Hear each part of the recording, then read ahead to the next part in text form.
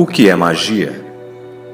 Qualquer pessoa que deseja iniciar o seu estudo no ocultismo deve ter em mente a base e o conceito desta palavra. Magia nada tem a ver com prestidigitação, truque, ilusionismo ou mágica com cartolos e pombas.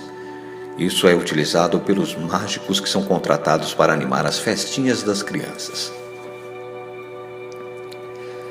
Na verdade, magia é uma das, se não a mais antiga de todas as ciências, sendo chamada antigamente por grande ciência, onde traz em seu âmago a essência primordial de estudar, de entender e relacionar os segredos da natureza e a sua interação com o ser humano. É estudar e entender, por exemplo, o fato de que todo o universo é composto por energias manipuláveis e podem ser utilizadas em benefício da humanidade.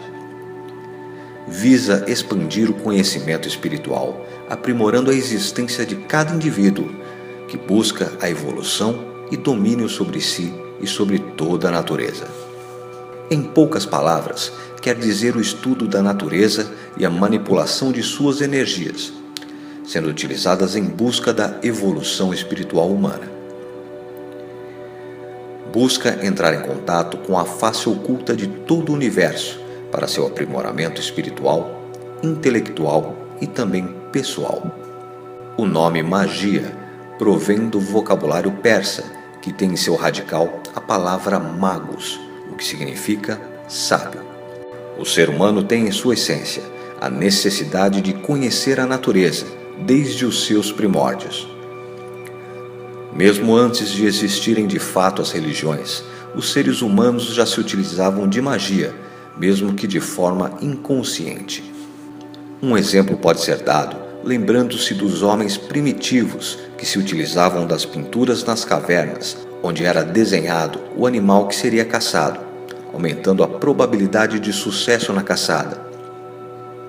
Também era cortada a cabeça dos servos caçados e seus chifres eram colocados nas cabeças dos caçadores. Isso era utilizado para agradecer aos deuses pelo sucesso e para garantir que seriam sempre fartas as caçadas. Na própria Bíblia utilizada pelos católicos, existia a figura dos 3 reis magos. Eles ofertaram presentes mágicos para bem recepcionar o nascimento de Jesus Cristo. Na maioria das religiões, são citados em seus livros sagrados, como o Alcorão, por exemplo, passagens semelhantes a essa. A magia ocorre tão rotineiramente em nossas vidas, que na maioria das vezes nem a percebemos. Nos cerimoniais católicos, são utilizados magia pura e nem a notamos. Na água da pia batismal, ao comungar e comermos o corpo de Cristo na hóstia, e também ao bebermos seu sangue no vinho, ou mesmo na forte evocação do Espírito Santo. Isso é magia. No exorcismo de alguns dos cultos protestantes, na fala de línguas estranhas, no ponto riscado feito pela Umbanda, enfim, em tudo há a magia. E por que então que a magia tornou-se oculta da sociedade?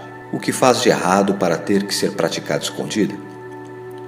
Bom, infelizmente, na Idade Média e com o advento da Santa Inquisição, tudo que contrariava o catolicismo era tido como uma obra demoníaca, e a pessoa que praticava era nomeada bruxo ou bruxa, sendo torturada cruelmente e sumariamente assassinada. Não é à toa que este período negro de nossa história é chamado de Idade das Trevas. Apesar de muitos hoje, provavelmente defensores cristãos, julgam esse termo, Idade das Trevas, um termo preconceituoso. Todo o estudo foi paralisado. A medicina estagnou, assim como toda a ciência e toda a cultura da época. O cristianismo deveria ser o único foco das pessoas na sociedade medieval. Afinal, quem pensa contesta, e a Igreja não aceita nenhum tipo de contestação em seus dogmas. Imagine, por exemplo, se a gente contestar a virgindade de Maria, ou o fato de Maria ser a mãe de Deus. Afinal, Deus era Jesus? Jesus era Deus? Este é um dos dogmas da Igreja. Se ainda nos dias de hoje não se aceita esse tipo de questionamento, imagine então naquela época.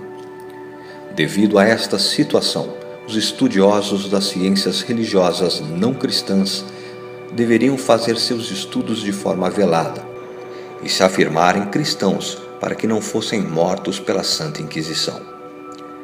O que era algo comum e rotineiro para as pessoas pré-cristãs, como por exemplo louvar um deus de chifres como era Pan, acabava virando a maior de todas as heresias. Pan, citado no exemplo, era um dos deuses pagãos mais cultuados. Fato este que levou a Igreja Católica a criar a figura de Lúcifer como representante do mal e possuidor de grandes chifres, fazendo alusão então ao deus pagão. Inclusive padres estudavam as ciências naturais de forma totalmente velada, sendo grandes responsáveis pelo que hoje conhecemos da magia antiga, como o hermetismo, por exemplo.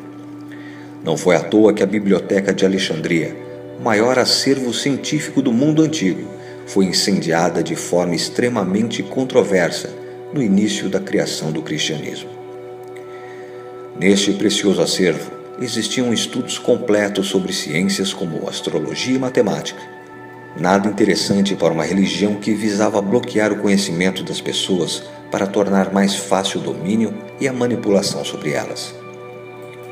Nos dias de hoje, apesar do fato de que a cultura humana evoluiu com o fim da Santa Inquisição, as pessoas ainda têm esse infeliz estigma gravado em suas almas, devido a séculos de escravidão intelectual.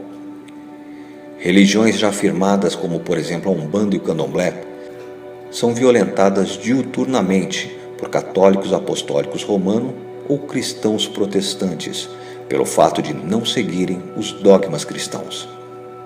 As pessoas se esquecem que Cristo não era cristão. Cristo não aceitou grande parte da religião judaica, sendo que combateu e pregou o que ele considerava errado. Justamente por isso, ele foi morto. Após 300 anos de sua morte, resolveram utilizar de seu nome e fundar uma religião com ideias opostas ao que Jesus de fato contestava, dando seu nome e fazendo exatamente o que fizeram com ele. Crucificar quem contestar. Que triste dilema.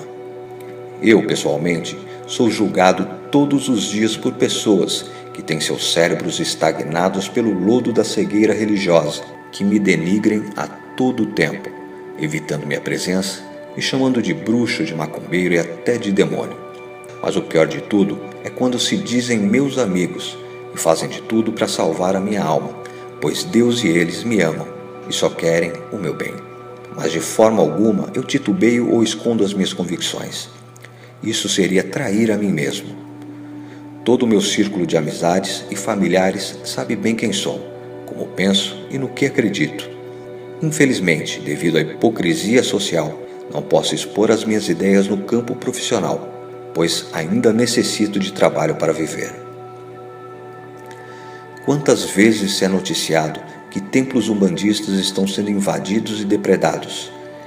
Milícias armadas estão fechando templos afros no Rio de Janeiro. É muito triste para seres que chegaram a uma evolução espiritual conviverem em uma sociedade tão pouco evoluída. Como podem as pessoas acreditarem piamente que serão curadas de doenças que elas nem sabiam possuir através do esperma do dirigente religioso? Sim, é verdade, este fato foi denunciado à polícia e infelizmente congelado nos tribunais. Como pode as igrejas serem cobertas por ouro e grandes ostentações, ter seus pastores, padres ou dirigentes morando em luxuosas mansões, pilotando caríssimos carros e iates? Quem eles se utilizam da figura para pregar era humilde, usava uma túnica branca, pregava descalço ou de chinelas simples e em praça pública. Desvirtuamento da moral humana. Justamente devido à hipocrisia e intolerância de uma sociedade que deseja aparentar evolução e modernidade, mas possui mentes pútridas e ainda vivem na Idade Média. Justamente por isso, tais estudos, na maioria das vezes, devem continuar ocultos. Não porque fazem coisas erradas, mas simplesmente pelo fato que devemos preservar fatores essenciais de nossas vidas. Existem várias ordens secretas ou ocultas. Existe sim. Isso ocorre devido à base de sustentação e à doutrina criada para tal ordem. Mas, na minha opinião, não é mais necessário manter-nos ocultos, pois podemos ser discriminados, mas pelo menos não podem mais nos matar. Bom, pelo menos teoricamente. Devemos sim sermos discretos, pois o magista não necessita de holofotes. Aliás, grandes magos tiveram suas ruínas porque eram exibicionistas. Magos, magas, bruxos ou bruxas experientes e que chegaram a um certo grau de evolução sabem que o que a natureza ou o universo nos dá também pode levar se não tivermos o devido merecimento. Ser um magista não nos faz especial, nos faz parte integrante do universo e de seu entendimento. O verdadeiro bruxo ou bruxa é aquele que chegou a tal grau de evolução que orgulho, desequilíbrio emocional e vaidade excessiva são obstáculos superados em suas vidas terrenas. Não perca o próximo vídeo, pois iremos iniciar o estudo da aura. Muito obrigado por sua companhia. Se gostou do vídeo, não esqueça de dar um joinha. Até a próxima aula.